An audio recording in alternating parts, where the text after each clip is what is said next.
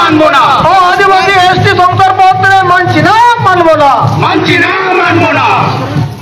সমস্ত আদিবাসী সংগঠন এক করে দিচ্ছে না তিনটি বাচ্চা।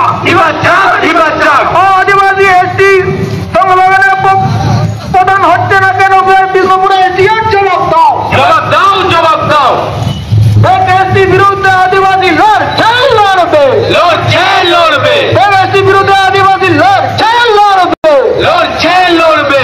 বরং বড় জিত কর, জিত কর, জিত কর, বরং বড় জিত কর, জিত কর, জিত কর। চায় রায়ও সারিলো, সারিলো, সারিলো, চায় রায়ও সারিলো, সারিলো, সারিলো। সিধু কানু জিত কর, জিত কর, জিত কর, চান বড় জিত কর, জিত কর, জিত কর। এসটি বিরুদ্ধে আদিবাসী লড়ছে, লড়বে, লড়ছে, লড়বে, এসটি বিরুদ্ধে আদিবাসী লড়ছে, লড়বে, লড়ছে, লড়বে। সমস্ত আদিবাসী সংগঠন এক সুরে দিচ্ছে না তিনটি বাচ্চা। ও আদিবাসী এসটি সংগ্রামের সংক্রান্ত হচ্ছে না, হচ্ছে কিসের শাস্ত্রে বিষ্ণুপুরে যে জবাব দাও, জবাব দাও, জবাব দাও। জবাব তোমায় দিতেই হবে, নাহলে হতেই জানতে হবে। জবাব তোমায় দিতেই হবে, নাহলে হতেই জানতে হবে। জবাব তোমায় দিতেই হবে, নাহলে হতেই জানতে হবে। এই জবাব তোমায় দিতেই হবে, নাহলে হতেই জানতে হবে। এই জবাব তোমায় দিতেই হবে, নাহলে হতেই জানতে হবে। এই জবাব आदिवासी को अरे जहां मानवतान को मेना कुआ जहां तो को बुंगा कला काना जहां तो आबो तला रे बानु कुआ उनको वीर बांटा भूलगुड़िए को प्रकृति बचाओ आदिवासी बचाओ मंचो आजोदीय गुरुखन नितो सार सादले कते दक्षिण बंग ओनारे जॉइंट कन्वेनर ई राजेश टुडू उनसु फेन आयना आयना गरजो और तिहिं जहां को बन सेटी रखन অর্থাৎ যে সমস্ত আদিবাসী জগতের মানুষজন আজকে আমরা উপস্থিত হয়েছি সুদূর বাঁকুড়া নয় পুরিয়া থেকে পশ্চিম মেদিনীপুর থেকে ঝাড়গ্রাম থেকে পশ্চিম বর্ধমান থেকে বীরভূম থেকে পূর্ব বর্ধমান থেকে হুগলি থেকে প্রতি আদিবাসী গণসংগঠনের পথপ্রদর্শক সবাইকে আমার পক্ষ থেকে অনেক অনেক অনুমোদন দেওয়ার উল্লেখ্য যে সময় আমরা উপস্থিত হয়েছি বর্তমান সরকারের বয়সকাল ঠিক 15 বছর হতে চলেছে। এই 15 বছরের মধ্যে আমাদের র্যালির মাঝে থেকে যে সমস্ত স্লোগানগুলো উঠে আসছিল সেই স্লোগানগুলো যা কিন্তু ওঠার কথা ছিল না। আমি আপনাদের সামনে দু একটা স্লোগান তার মাঝে থেকে আমি তুলে ধরছি যে কয়লা গরু বালি চাকরি হচ্ছে চুরি বাংলায়, তার মাঝে আদিবাসীদের জাতি চুরি, রাজ্য প্রশাসনকে জানায় ভিক ভিক ধিক্কার। রায় খাতুন যাদব শর্মা চক্রবর্তী সেনগুপ্ত মন্ডল মাহাতো বলে এরা এগিয়ে যাচ্ছে বাংলায়, আদিবাসী অপদার্থ রাজ্য প্রশাসন জবাব দাও। জমির দলিল থেকে জাতি উল্লেখ বন্ধ হলো কেন, সরকার তুমি জবাব দাও। আসলটাই যে জায়গা থেকে এই ফেক এসটিদের উৎপত্তি, আমরা হয়তো ভাবছি ফেক এসটির উৎপত্তি ডিসিডব্লিউ থেকে, ফেক এসটির উৎপত্তি এসডিও অফিস থেকে, ডিএম অফিস থেকে, বিডিও অফিস থেকে, কিন্তু আমার ভাবনায় বলে ফেক এসটি উৎপত্তির আসল জায়গা বিএলআরও অফিস আর এসডিআর অফিস। একটা কথা মনে রাখবেন, যেদিন থেকে আমাদের দলিলে জাতিগত কথাটা উল্লেখ, সাঁওতাল, ভূমিজ, মুন্ডা ইত্যাদি উল্লেখ করাটা বন্ধ হয়ে গেছে, সেই দিন থেকে ফেক সার্টিফিকেটের শুরু।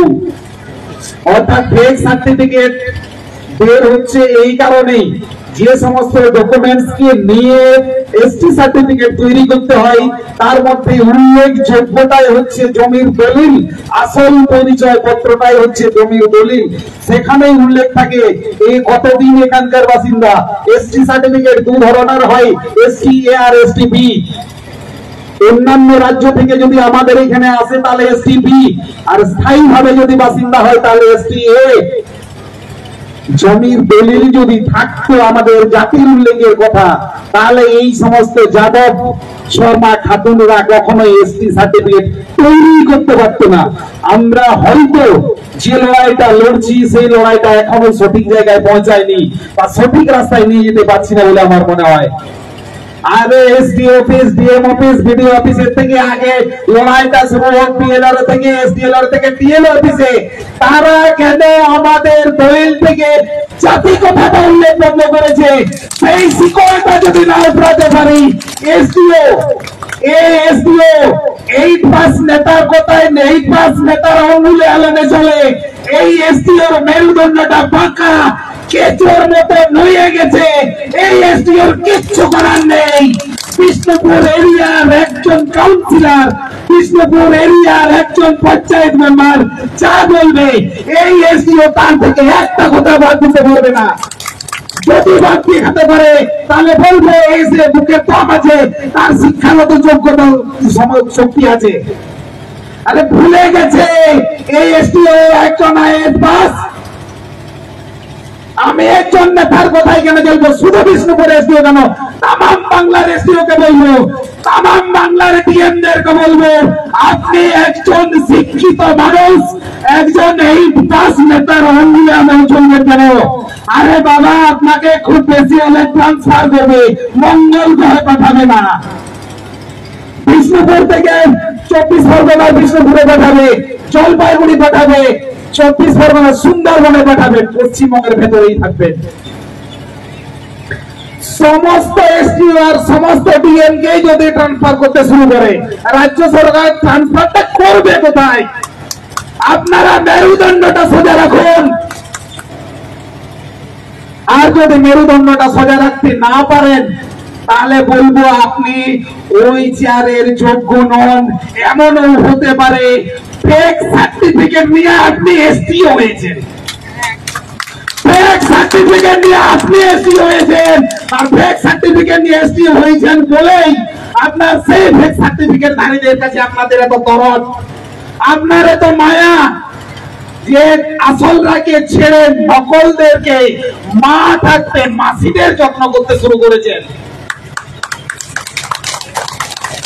আর সেই সমস্ত এইখানে আবার স্লোগান ছিল রিজার্ভ কোটায় এমপি এমএলএ, আর কতদিন থাকবে বাবা?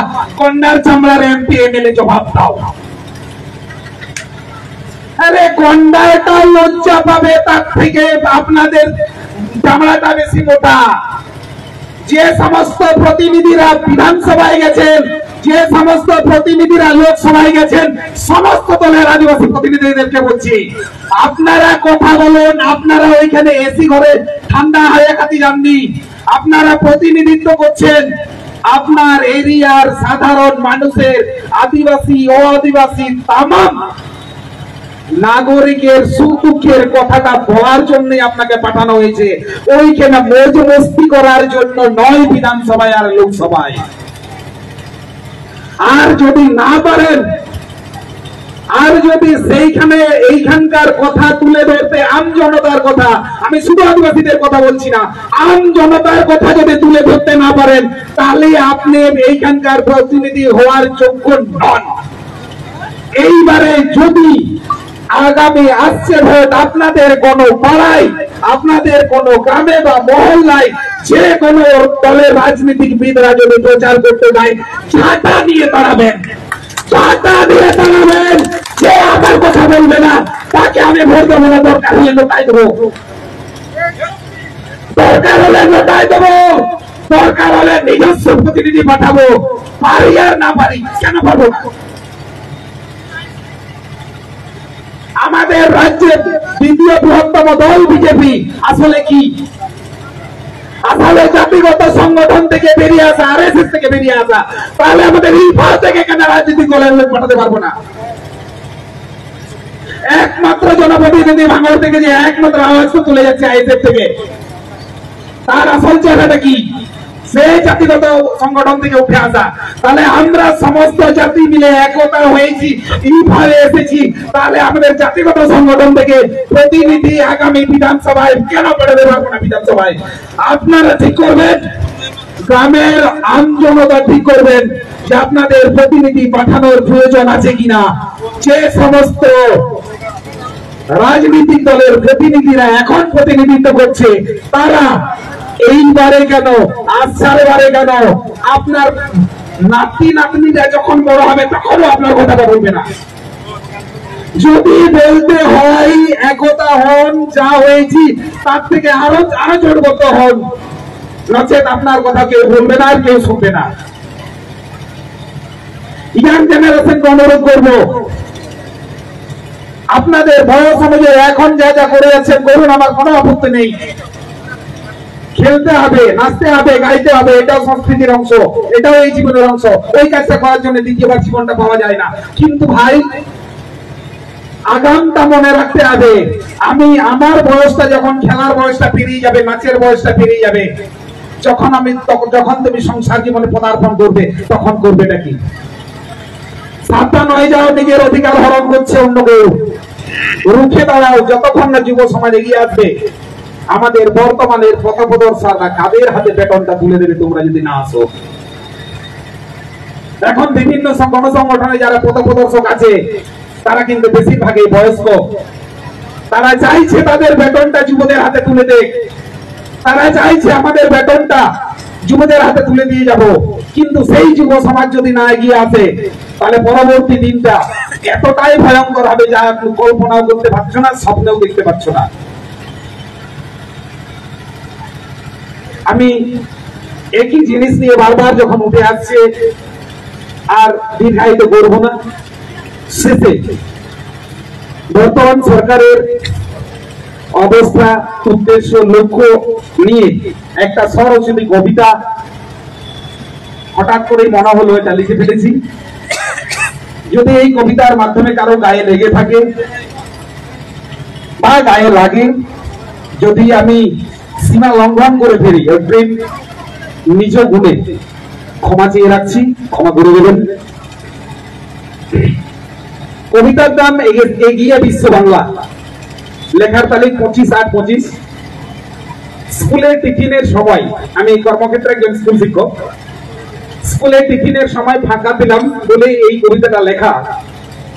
জানি না আপনাদের মনে কতটা দাগ কাটতে পারবে। কবিতাটার নাম এগিয়ে বিশ্ব বাংলা। সময় দিন মাস বছর পেরোতে পেরোতে এলো সেই মহেন্দ্রক্ষণ নির্বাচন 2011 সাল। ট্যাগ লাইন হলে বদলানোর বদল চাই। বাংলার মানুষ দরাজ মনে ভাবলো এটা কি চাই। কে জানতো এই বদল হবে আত্মহত্যার সমান। চারিদিকে শুধু চোর চোর চোরে চোরে ভর্তি হয়ে গেছে এই এগিয়ে বিশ্ব বাংলা। চুরি হলো গরু, চুরি হলো বাড়ি, চুরি হলো চাকরি, কয়লা, চুরি হলো মায়ের ইজ্জত, চুরি হলো সন্তানের ভবিষ্যৎ।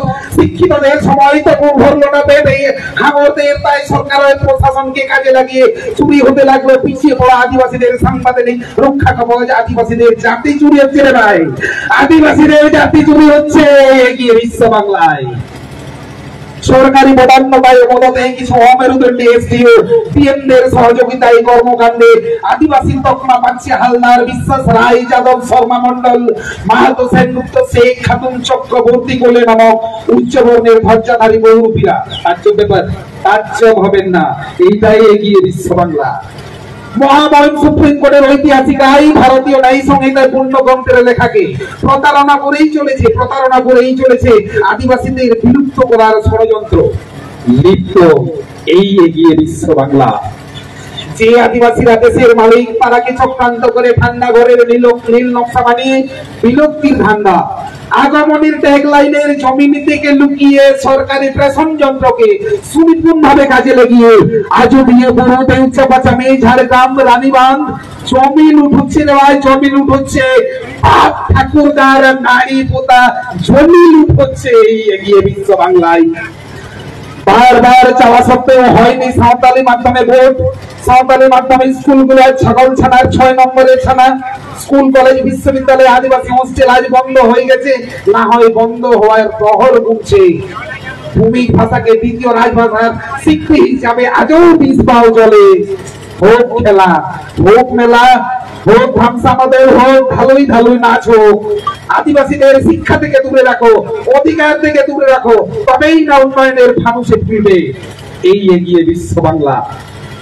না না, আর না, আর মানছি না। আদিবাসী তারা লড়তে জানে, নিজের অধিকার রক্ষা করতে জানে, তারা আজ একত্রিত সম্মিলিত, তারা আজ শক্তিশালী। দেওয়ালে থেকে গেছে বিট, আদিবাসী যুবরা জাগো। বাবা তিলকে, ভগবান বিরসা, বীর বান্ডা, সিধু কালো ফুল জানে, নানা দিয়ে বলো আবহাওয়া দিশম আবহাওয়া রাজ, আবহাওয়া দিশম আবহাওয়া রাজ। চোখে চোখ রেখে, মেরুদণ্ড সোজা রেখে সিনা ঠুকে বলো, সিনা ঠুকে বলো, এই বিশ্ব বাংলার নীতি ভুল, আদর্শ থেকে বিচ্ছিত, নৈতিকতা ভুল, ভুলে ভুলে ভর্তি, উচ্চ বর্ণের অহংকারকে জলাঞ্জলি দিয়ে আদিবাসীদের জাতি ছুরিতে এগিয়ে এই বিশ্ব বাংলা। সবাইকে আমার পক্ষ থেকে নমস্কার, বলুন জোহার।